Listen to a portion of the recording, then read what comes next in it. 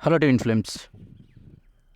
चलिए, मुझे बहुत से क्वेश्चंस आते हैं फेमिनिन से, पहले भी आए हैं, आज भी बहुत से फेमिनिन्स जुड़ रहे हैं तो मुझसे बहुत से क्वेश्चंस पूछते हैं कि सर ये इनर वर्क कैसा करते हैं। और इनर वर्क मैं एक्चुअली सालों से कर रही हूँ, लेकिन मेरे डीएम के बिहेवियर में हो या उसके नेचर में हो या इस जर्नी में कोई इम्प्रूवमेंट हो या प्रोग्रेस हो, कुछ नज़र नहीं आया अब तक। क्या इनर वर्क तो मैं कर रही हूँ, लेकिन अब मन नहीं करता। अब मॉर्निंग उठ के योगा पोस्चर में बैठ के मन नहीं करता।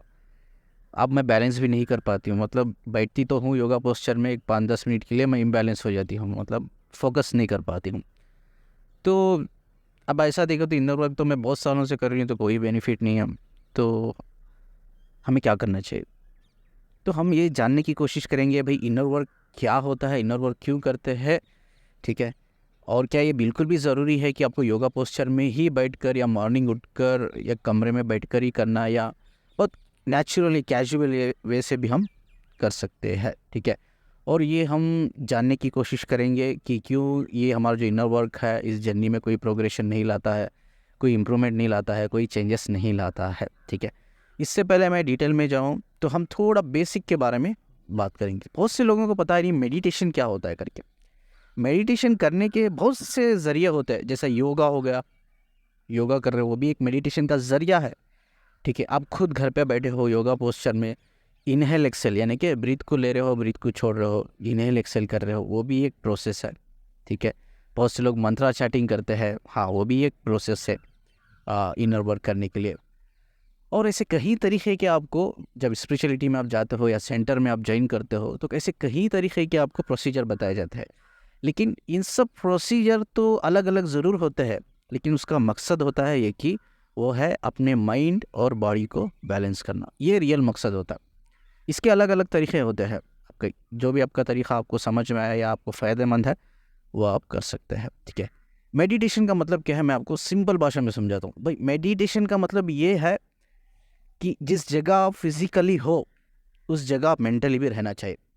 अब मैं ये वीडियो रिकॉर्ड कर रहा हूँ, ठीक है, ये वीडियो बना रहा हूँ, अब मैं फिज़िकली इधर हूँ, ठीक है, मुझे पता है मैं वीडियो बना रहा हूँ, और मेंटली भी मैं इधर हूँ। I am not thinking anything else. अब मुझे क्या बात करना है बस मैं वही सोच रहा हूँ, ठीक है। और मुझे क्या इंपॉर्टेंट पॉइंट्स ऐड करना है जिसमें आपको हेल्प हो, आपको थोड़ी नॉलेज मिले, विजडम मिले, मैं वही सोच रहा हूँ। इसके अलावा मेरे दिमाग में कुछ नहीं चल रहा है। इसका मतलब क्या है, मैं फिज़िकली इधर हूँ ही, लेकिन I am mentally also present. ये है मेडिटेशन, ठीक है। मेडिटेशन मतलब अपने माइंड को, अपने या थॉट्स को कहीं भी अननेसेसरी जाने से रोकना है। जिस जगह आप हो उस जगह उनको भी रखना है। जो काम आप कर रहे हो फिजिकली रहकर, उस काम पे आपका जितना फिजिकल एफर्ट्स है उतना मेंटल एफर्ट्स भी होना चाहिए, ठीक है। तो वो बोलते हैं मेडिटेशन। मेडिटेशन मतलब अपनी माइंड को, अपनी बॉडी को बैलेंस करना होता है, ये एक जगह रखना होता है। ये माइंड की जो आदत होती है चैटरिंग, माइंड चैटरिंग कहता है। माइंड चैटरिंग का मतलब भाई दिमाग में फालतू के ख्यालात आते हैं, फालतू के। उसका कोई ना फ्यूचर में फ़ायदा है ना पास्ट से कुछ रिलेटेड होते हैं। अगर सिंपल भाषा में कहूँ तो बड़े ही फालतू के। आपको लगता है यार क्या ख्यालात आ रहे हैं, क्या सोच रहा हूँ मैं, क्या सोच रही हूँ मैं, क्या ये क्यों चाहिए मुझे ये सब, तो उससे बोलते हैं माइंड चैटरिंग। तो ये एक माइंड है ना, एक प्रोसेस। देखो ये हमारी ये माइंड क्या है, हमें ये पहला समझना चाहिए। माइंड एक एम्प्टी बॉक्स है। Mind actually is empty box, ठीक है। या आप ऐसा कहो माइंड स्टूपिड भी है, आप ऐसा कहो माइंड इनोसेंट भी है, कुछ भी आप बोल सकते हो, ठीक है। तो माइंड को ना पॉजिटिव या नेगेटिव चीज़ें पता नहीं रहती। ये हम बोलते हैं एक इंटेलिजेंट लेवल पे भाई ये पॉजिटिव है ये नेगेटिव है, ये हम बोलते हैं, लेकिन माइंड को पता नहीं होता। अब जो भी सोचते हो ना वो क्या करता है, माइंड उसे इनपुट की तरह लेता है। अब जैसा एक कंप्यूटर सिस्टम है, कंप्यूटर सिस्टम में जो भी आप अपलोड कर रहे हो, अच्छी चीज़ें बुरी चीज़ें, कंप्यूटर ले लेता है, कंप्यूटर उसको स्टोर कर लेता है। कंप्यूटर को पता नहीं अच्छी चीज़ें क्या है बुरी चीज़ें क्या है, कंप्यूटर को पता नहीं, ठीक है। कंप्यूटर अगर आप डाल रहे हो अपलोड कर रहे हो डेटा, वो ले रहा है। आपका मोबाइल है आप डेटा अपलोड कर रहे हो, वो ले रहा है, उसको पता नहीं, ठीक है। हाँ एक सिस्टम रहता है कंप्यूटर में या मोबाइल में, वो है एंटीवायरस। एंटीवायरस सिस्टम होता है जो एंटीवायरस के थ्रू वो आपको बताता है कि भाई ये वेबसाइट या ये डेटा इस करप्टेड है, ठीक है। ये आपके मोबाइल को या आप सिस्टम को, एक सॉफ्टवेयर की, मोबाइल और सिस्टम के सॉफ्टवेयर को डिस्ट्रॉय कर सकता है। लेकिन हमारा जब माइंड का लेवल आता है, ठीक है। हमारा जो माइंड का लेवल है, माइंड को कुछ पता नहीं होता, ठीक है। आप इनपुट डाल रहे हो, कुछ भी अच्छी चीज़ है या बुरी चीज़, इनपुट कुछ भी डाल रहे हो, वो थॉट्स बन के प्रोसेस हो रहा है कहाँ, माइंड में। अब ये हम इंटेलिजेंट लेवल पे हम सोच रहे हैं भाई ये पॉजिटिव है या नेगेटिव है, लेकिन माइंड को पता नहीं। इसीलिए मैंने कहा ना, माइंड को आप स्टूपिड भी कह सकते हो या इनोसेंट कह सकते हो, या एक एम्प्टी बॉक्स भी कह सकते हो, जो आप अच्छी चीज़ें भी रख सकते हो या बुरी चीज़ें भी उसमें रख सकते हो, ठीक है।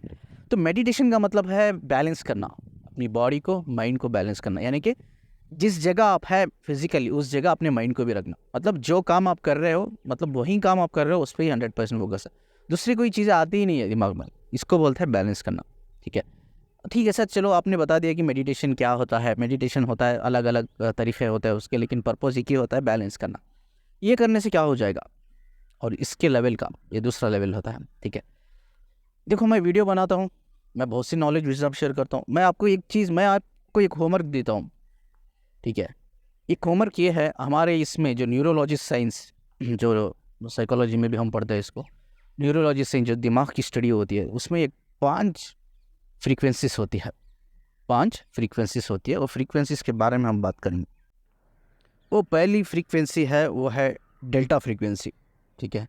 दूसरी है टीटा, तीसरी है अल्फ़ा, चौथी है बीटा, और जो फाइनली आता है गामा फ्रीक्वेंसी। ये न्यूरोलॉजिस्ट में ये फ्रीक्वेंसी है। मैं चाहता हूँ, ये मेरा आपके लिए होमवर्क है मेरी तरफ से, कि ये गूगल में जाके जो 5 फ्रीक्वेंसी मैंने बोला है, ये गूगल में जाके सर्च कीजिए भाई इनकी फंक्शनिंग कैसी होती है हमारे ब्रेन में, ये क्या काम करते हैं, ठीक है। बहुत से लोग बोलते हैं कि सर मेरी पास्ट लाइफ मुझे याद नहीं आती, मैं ट्विन फ्लेम हूँ, तो बेशक मैं रीइंकारनेटेड हूँ, पुनर्जन्म हुआ है। अगर पुनर्जन्म हुआ है, पास्ट लाइफ हुई है, तो मुझे याद नहीं आती। सिचुएशन ऐसा होता है, कभी आपका डीएम आपको बोलता है, कभी डीएफ बोलती है भाई, कभी डीएम डीएफ को भी याद नहीं रहता कि पास्ट लाइफ क्या है, ठीक है।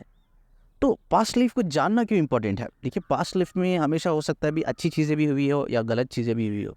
पास्ट लाइफ में आप जान को आपको पेन भी होगा या रिलीफ भी मिलेगा, ठीक है, कुछ भी हो सकता है। बट पास्ट लाइफ जानना इसलिए है क्योंकि पास्ट लाइफ में ही हमारा सोल पर्पस छुपा रहता है, पास्ट लाइफ में ही इस डेप्थ, इस ये कनेक्शन का डेप्थ मीनिंग छुपा रहता है, ठीक है। तो इसको कहाँ से हम पास्ट लाइफ को ढूंढें? ये कहाँ है हमारी पास्ट लाइफ? किस किताब में लिखा है क्या? कहीं रखा है क्या? नहीं, किसी किताब में नहीं लिखा है, कहीं भी नहीं रखा है। ये आपके माइंड में ही है। कहाँ है ये? आपके माइंड में ही है। ये जो 5 फ्रीक्वेंसीज मैंने बोला है ना, ये हर इंसान के 5 फ्रीक्वेंसीज लॉक रहती है। इस दुनिया में, इस धरती पे जो लोग हैं, ठीक है, इसमें बहुत कम, मैं कहूँगा कि 0.1% लोग ही इस फ्रीक्वेंसीज को एक्टिवेट कर सकते हैं। यानी कि किया है, कर सकते हैं नहीं बोल सकता, सभी कर सकते हैं, लेकिन किया है सिर्फ 0.00001 लोगों ने ही इसको एक्टिवेट किया है। जब ये फ्रीक्वेंसीज को आप अनलॉक कर देते हो, जो लॉक हुई है, सारी इंफॉर्मेशन इस फ्रीक्वेंसी में छुपी हुई है, सारी इंफॉर्मेशन इस फ्रीक्वेंसी में छुपी हुई है। अगर आप मेरी पास्ट लाइफ के बारे में मुझसे पूछो, मैं जैसा किताब पढ़ते हैं ना, एक किताब दे दिया बच्चे को स्कूल के, खड़ा दिया भाई उसको बोल रहे हो पढ़ने के लिए, मैं वैसा पढ़ दूंगा। मेरी पास्ट लाइफ इतना क्लियर है, मुझे इतना क्लियर याद है मेरी पास्ट लाइफ। और मेरी पास्ट लाइफ में मेरी जो जगह थी, जिस जगह पे मेरा जन्म हुआ था, वो भी मुझे याद है। मेरा घर कहाँ था, मेरी कॉलेज कहाँ थी, और कहाँ कहाँ मैं जाया आया करता था, ये सब चीज़ें किताब की तरह याद है मुझे। ऑनेस्टली मैं बोल रहा हूँ, किताब की तरह। देखिए, किताब पढ़ रहा हूँ मैं, आकर आपके सामने बोलूँगा तो आप बोलोगे कि भाई आप तो किताब की तरह पढ़ रहे हो। ये बहुत कम लोग होते हैं जो ये फ्रीक्वेंसीज को अनलॉक करते हैं, ठीक है। तो ये एक एग्जांपल, और एक थोड़ा डेप्थ में जाके थोड़ा बात करेंगे, फ्रीक्वेंसी को समझने की कोशिश करेंगे करके, ठीक है। तो यूजुअली फ्रीक्वेंसी जो होती है ना, हर इंसान की ओपन होती है। ये एक पॉइंट आता है लाइफ का, मैं बताता हूँ वो पॉइंट को सा है करके। इंसान जब मरने वाला होता है, इंसान जब मरने वाला होता है, उसका जो कॉन्शियसनेस जो होती है ना, शिफ्ट हो जाती है। कहाँ शिफ्ट हो जाती है? स्पिरिचुअल प्लैनेट को, ठीक है। इंसान मरने से पहले ही, कुछ घंटे पहले या एक दिन पहले वो मर जाता है। यानी कि कहने के लिए वो सांसें लेता है, वो देखता है, सुनता है, लेकिन उसकी जो कॉन्शियसनेस होती है वो यहाँ दुनिया में नहीं रहती, वो ऑलरेडी एक स्पिरिचुअल वर्ल्ड से कनेक्ट होती है, ठीक है। बहुत से लोग मरने के, ये प्रैक्टिकल नियर डेथ एक्सपीरियंस को या डेथ एक्सपीरियंस को मैं आपसे सब शेयर कर रहा हूँ। बहुत से ऐसे केसेस भी हमने देखे हैं, मेरे आंखों के सामने देखा है कि बहुत से ऐसे पेशेंट्स जो आईसीयू में रहते हैं, अब क्या उनका मरने वाले हैं, वो मरने वाले हैं, वो बोलते हैं कि डॉक्टर उधर कोई खड़ा है, कोई बुला रहा है मुझे, डॉक्टर उधर कोई खड़ा है बुला रहा है। हम बोल रहे हैं कहाँ है, कौन खड़ा है, नहीं देखिए मुझे वो बुला रहा है, देखो मुझे वो बुला रहा है, देखो मुझे बुला रहा है। तो मतलब हम पूछते भी है कौन है, लेकिन they are not able to answer, answer नहीं होता। एक्चुअली क्या उधर कोई खड़ा रहता है उनके सामने जो बुला रहा है उसको? कोई हो सकता है वो स्पिरिचुअल मास्टर। क्या सच में स्पिरिचुअल मास्टर या एंजल ज़मीन पे आ जाते हैं जब इंसान मरता है? तो क्या वो खड़ के बुलाते हैं उनको? क्या सिर्फ वो उनको ही दिखते हैं, हमें नहीं दिखते? नहीं, कोई स्पिरिचुअल मास्टर, कोई एंजल ज़मीन पे नहीं आते, वो इधर नहीं खड़े रहते। द रीज़न इज उसका जो कॉन्शियसनेस जो होता है शिफ्ट हो जाता है। कहाँ से शिफ्ट हो जाता है? ये ज़मीन से, ये 3D वर्ल्ड से उसके स्पिरिचुअल वर्ल्ड को उसका कॉन्शियसनेस शिफ्ट हो जाता है। मतलब उसकी बॉडी इधर है सिर्फ, ठीक है, उसके सेंस, उसके जो 5 सेंस है, 5 सेंस सिर्फ वर्क कर रहे हैं, लेकिन उसकी जो कॉन्शियसनेस है वो ऑलरेडी स्पिरिचुअल प्लैनेट में कनेक्ट हो गई है। उसका जो भी घर है, डायमेंशन है, वो कनेक्ट हो चुकी है ऑलरेडी, ठीक है। ये एक घड़ी होती है जहाँ इंसान चाहो या ना चाहो एक हाई कॉन्शियस लेवल में आ जाता है, क्योंकि ये एक घड़ी होती है कि इनके सारे ये जो फ्रीक्वेंसी से ओपन हो जाता है। आपको पता है किसी के लिए मौत बड़ी आसान होती है और किसी के लिए मौत बड़ी दर्दनाक होती है। न्यूरोलॉजिस्ट साइंस में ये प्रूफ कर दिया गया है ऑलरेडी। जब इंसान मरता होता है, अब कुछ 5 मिनट, 10 मिनट, 20 मिनट में मर रहा है इंसान, तो ये फ्रीक्वेंसीज ओपन हो जाती है और उस पॉइंट ऑफ व्यू में वो अपनी सारी लाइफ को रिव्यू करता रहता है।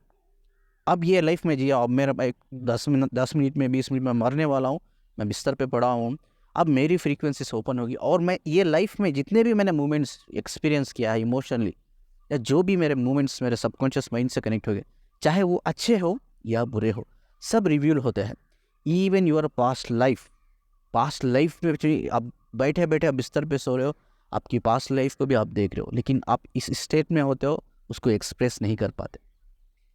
किसी के लिए ये लाइफ दर्दनाक होती है, उसकी लाइफ में सिर्फ एक बैड एक्सपीरियंस होता है, कॉम्प्लिकेशंस होते हैं, वो कॉम्प्लिकेशंस को नज़र आता है, वो रोता रहता है, भाई क्या लाइफ निकल गई मेरे, मैंने क्या बुरा किया। कहीं कहीं कुछ लोग बहुत बुरा करते, बोलते हैं ना बुरा करते हैं, मतलब चाहे वो इधर बच जाए लेकिन खुदा के घर से नहीं, खुदा के घर में नहीं बसते, वो खुदा की नज़र से नहीं बसते, ठीक है। तो वो खुद रोते हैं, दर्दनाक मौत होती है उनको, इसलिए क्योंकि उनका माइंड जब मरते रहते हैं सारी चीज़ें रिव्यूल करता है, रिकैप करता है। उसमें जो लोग अच्छे काम किए हैं, अच्छी चीज़ें को फेस किया, एक्सपीरियंस किया, वो लोग हंसते हंसते मरते हैं, खुश होते हैं वो कि चलो यार इस दुनिया में आया मैंने, I have done something good, कुछ बढ़िया किया मैंने, ठीक है। कुछ लोग ऐसे होते हैं भाई सिर्फ रेप किया, किसी का मर्डर कर दिया, किसी का घर बर्बाद कर दिया, यार ये फलानी हर नेगेटिव चीज़ फलानी फलानी चीज़ें कर दी, अब वो सब रिव्यूल हो रहा है, अब वो रो रहा है, अब उसको पता चल गया भाई अब मेरी सोल जा रही है, ठीक है, अब मुझे क्या वो लाइफ रहेगी, उसको ये भी पता चल गया है दुनिया में रहते हुए ही। वो बोलते हैं ना हेल एंड हेवन, हमें इस दुनिया में रहते हुए पता चल जाता है, मालूम हो जाता है कि भाई हम मरने के बाद हम हेल में जाएंगे, हेवन में जाएंगे, या कैसी लाइफ रहेगी वो भी दिख जाता है आपको। इतनी स्ट्रॉन्ग माइंड है इंसान का। कहा ना एक साइकोलॉजी में डेप्थ में स्टडी करके बताया गया है कि इंसान आउट ऑफ 100 कुछ ऐसे इंसान है सिर्फ 10% तक ही यूज़ करते हैं माइंड, आउट ऑफ 100, और कुछ ऐसे होते हैं सिर्फ 5% यूज़ करते हैं, ठीक है। बहुत कम लोग होते हैं जो 10% के ऊपर यूज़ करते हैं। तो सोचो, हम अब मैं अपना दिमाग सिर्फ 10% ही यूज़ कर रहा हूँ, तो मेरा अभी भी 90% ऑफ दिमाग अनयूज्ड है, यूज़ नहीं हुआ है। सोचो उसमें क्या क्या छुपा होगा, क्या क्या पावर्स होंगे उसमें, क्या क्या राज होंगे, क्या क्या सीक्रेट दबे हुए होंगे। तो यही सीक्रेट जब इंसान मरता रहता है तो उसको रिव्यूल होता है, रिकैप होता है, वो सब एक 3D पिक्चर की तरह आंखें खोल के देखता रहता है, उसके आँख, उसके दिमाग में ये सब एक क्लियर इमेजिनेशन की तरह प्ले होता रहता है, एक 3D पिक्चर की तरह इमेजिनेशन की तरह प्ले होता रहता है। अब जो लोगों ने भी अच्छा काम किया है वो हंसते हंसते ही मर जाएंगे, खुश होकर मर जाएंगे। अब जो लोगों ने बुरा काम किया है, हर बुरी चीज़ किया है दुनिया में आके, तो वो सिर्फ रोते रोते ही मरेंगे। इसीलिए किसी के लिए मौत अच्छी होती है, किसी के लिए मौत दर्दनाक होती है। और ये भी एक चीज़ है भाई, मरने से पहले हमें हमारी स्पिरिचुअल लाइफ दिखाई जाती है, देख लेते हैं हम जन्नत है दोज़ख है या कैसी लाइफ रहेगी। जन्नत दोज़ख भी अगर नहीं है तो एक नॉर्मल लाइफ भी स्पिरिचुअल लाइफ में कैसी रहेगी। तो इसीलिए बहुत बहुत एक जब एक इंसान को दिखाया जा रहा है भाई तेरी लाइफ, तेरी स्पिरिचुअल लाइफ जो तेरी है अच्छी नहीं है क्योंकि तूने बहुत बुरे काम किए, उसके सोल के लिए बहुत मुश्किल होता है बॉडी को छोड़ना, फ्रस्ट्रेट हो जाती है उसकी सोल, एक फियरफुल स्टेज में आती है उसको, भाई उससे अच्छी लाइफ तो इधर ही है मेरी, अब उधर जाऊंगे तो इतनी प्रॉब्लम होगी सोल को, लेकिन जाना ही पड़ता है, जाना ही पड़ता है। तो इसीलिए मौत किसी के लिए अच्छी होती है और किसी के लिए दर्दनाक होती है। तो हम इधर कहीं भी हम इधर बच जाएंगे, ये दुनिया में तो बच जाएंगे, लोगों की नज़र से बच जाएंगे, लेकिन खुदा की नज़र से हम कभी भी नहीं बचेंगे। ठीक है, बोलते हैं ना जैसा हम करेंगे वैसा ही हमें मिलेगा इवन। ठीक है, तो ये चीज़ हमें समझनी चाहिए। अब आगे बात करते हैं और डेप्थ में थोड़ी बात करते हैं चीज़ों को। जैसा मैंने कहा कि सिर्फ एक बहुत कम लोग होते हैं जो 10% के ऊपर तक अपना माइंड यूज़ करते हैं। तो अगर माइंड की अगर बात करें तो और एक पॉइंट भी मैं ऐड करना चाहूँगा, आपको शायद पता होगा, conscious mind and subconscious mind, ये दो माइंड होते हैं। ठीक है, तो कॉन्शियस माइंड वो होता है जिसे हम यूज़ करते हैं, अनकॉन्शियस माइंड या सबकॉन्शियस माइंड वो होता है जिसे हम यूज़ नहीं करते हैं, या ऐसा कहो कि हमें यूज़ करना ही नहीं आता। ठीक है, तो ये आप बता सकते हो। ठीक है, अब सिंपल में और थोड़ा डेप्थ में बात करेंगे, भाई कॉन्शियस माइंड मतलब क्या है। कॉन्शियस माइंड मतलब I was conscious, I am conscious कि यार मैं ये कर रहा हूँ, ये हो रहा है करके। ठीक है, सिंपल सी बात। अब मुझे सोच लग रही है, पानी पीना है, मुझे सोच लग रही है, तो अब मैं क्या करूँगा, अब मुझे पता चल गया भाई मुझे सोच लग रही है, अब मुझे पानी पीना, मैं जाऊँगा पानी का बॉटल लूँगा, पानी पीऊँगा। This is consciousness, this is consciousness. ठीक है, ठीक है। अब मुझे भूख लग रही है, मुझे पता है भाई मुझे भूख लग रही है, अब मुझे खाना खाना है, ये मुझे पता है मुझे खाना खाना है, मुझे भूख लग रही है। अब मैं खाना खाऊंगा तो ये जो हंग्री हो रहा है, जो क्रेविंग हो रही है हंग्री की, वो कम हो जाएगी, बंद हो जाएगी। ये है कॉन्शियसनेस। अब जो मैंने खाना खा लिया, अब जो मैंने खाना खा लिया, पेट में चल गया वो। आपको ये भी बता दूं कि जब हम खाना खाते हैं तो लगभग 45 मिनट्स लेता है वो डाइजेशन होने के लिए। ठीक है, तो इसके ऊपर भी डिपेंड होता है भी आप खाना किस तरह का खाया, आप लिक्विड टाइप में खाया है या थोड़ा आप सॉलिड टाइप में खाया। अगर सॉलिड टाइप में आपने खाया है तो like it's take maximum 1 hour, 1 hour के ऊपर लेता है, बट नॉट मैक्सिमम 1 आवर ही होता है। ठीक है, तो अगर आपने लिक्विड टाइप में लिया है इट्स टेक मैक्सिमम 40-45 मिनट्स।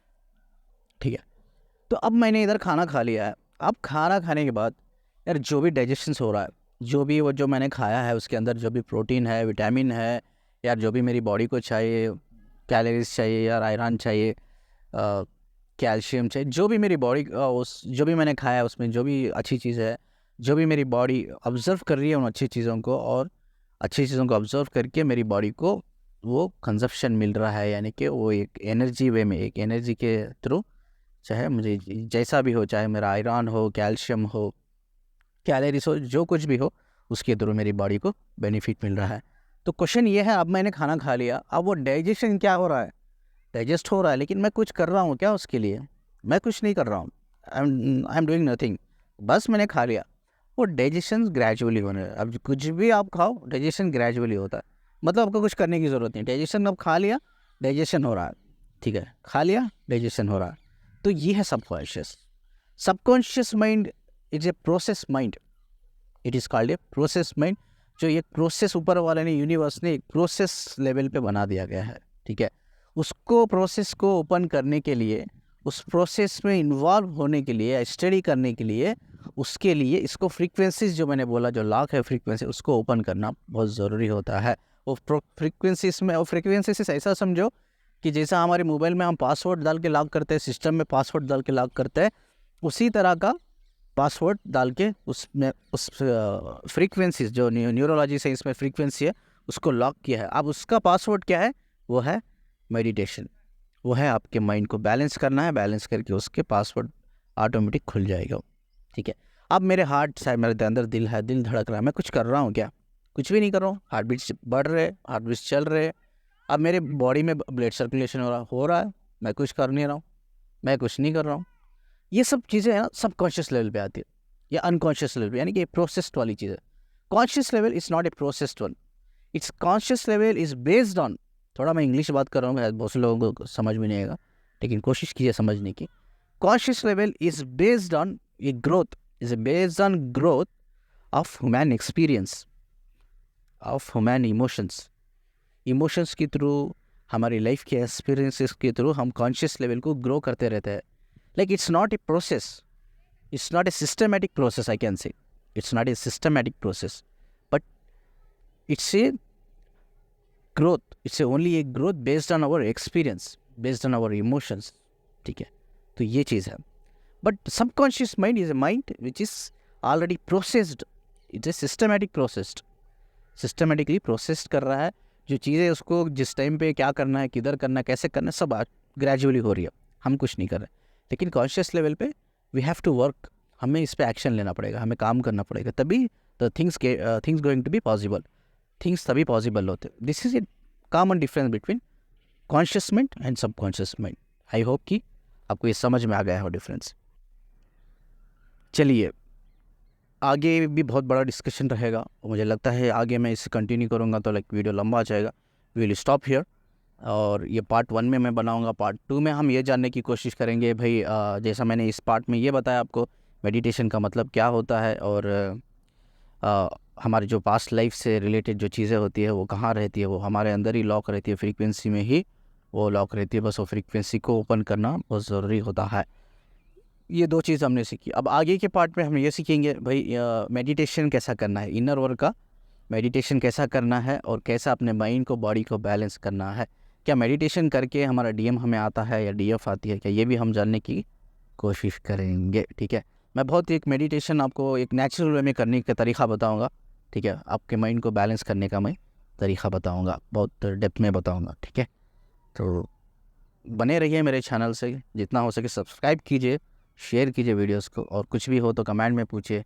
मेरा ईमेल आईडी है ही, सब बहुत से लोग मुझे ईमेल आईडी पूछते हैं, तो ईमेल आईडी मैंने ऑलरेडी मेरे जो ये होते हैं यूट्यूब वीडियोस होते हैं उसके एंड में मेरा ईमेल आईडी रहता है, तो उधर आप चेक कर सकते हैं। बहुत से लोग मुझे पूछते हैं ईमेल आईडी करके, ईमेल आईडी ज़रूरत नहीं है, मेरे वीडियोस में ही है, उधर चेक कर सकते हैं। और मेरे चैनल पे मैंने मेरा फेसबुक लिंक भी डाला है, और मेरा इंस्टाग्राम लिंक भी मैंने ऐड किया है, उधर से भी आप मुझसे कनेक्ट कर सकते हैं। ठीक है, आई होप कि थोड़ी क्लैरिटी मैंने इस कॉन्सेप्ट पे दी है, और हम डेप्थ में बात करेंगे, और हम बहुत सी चीज़ों को डिस्कवर करेंगे और एक्सप्लोर करेंगे। ठीक है, शुक्रिया जी मुझे सुनने के लिए।